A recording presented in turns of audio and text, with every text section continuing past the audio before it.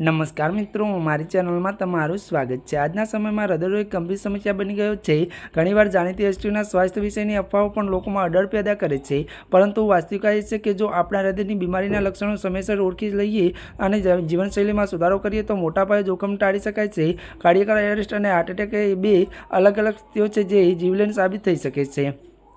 હૃદયરોગ થવાના પાછળના અનેક કારણો હોઈ શકે છે। જ્યારે ધીમી ત્યારે કોલેસ્ટ્રોલ જમા થાય છે, ત્યારે લોહીનો પ્રવાહ અવરોધ થાય છે, વાલ આંકડા સાંકળેલ થવાથી હૃદયરોગની સ્નાયુઓ નબળાઈ પડે છે, જે કાર્ડિયક એરેસ્ટનું જોખમ વધી જાય છે। ઘણીવાર જન્મથી જ હૃદયની નબળાઈ યુવાન વયે પણ મુશ્કેલ સર્જી શકે છે।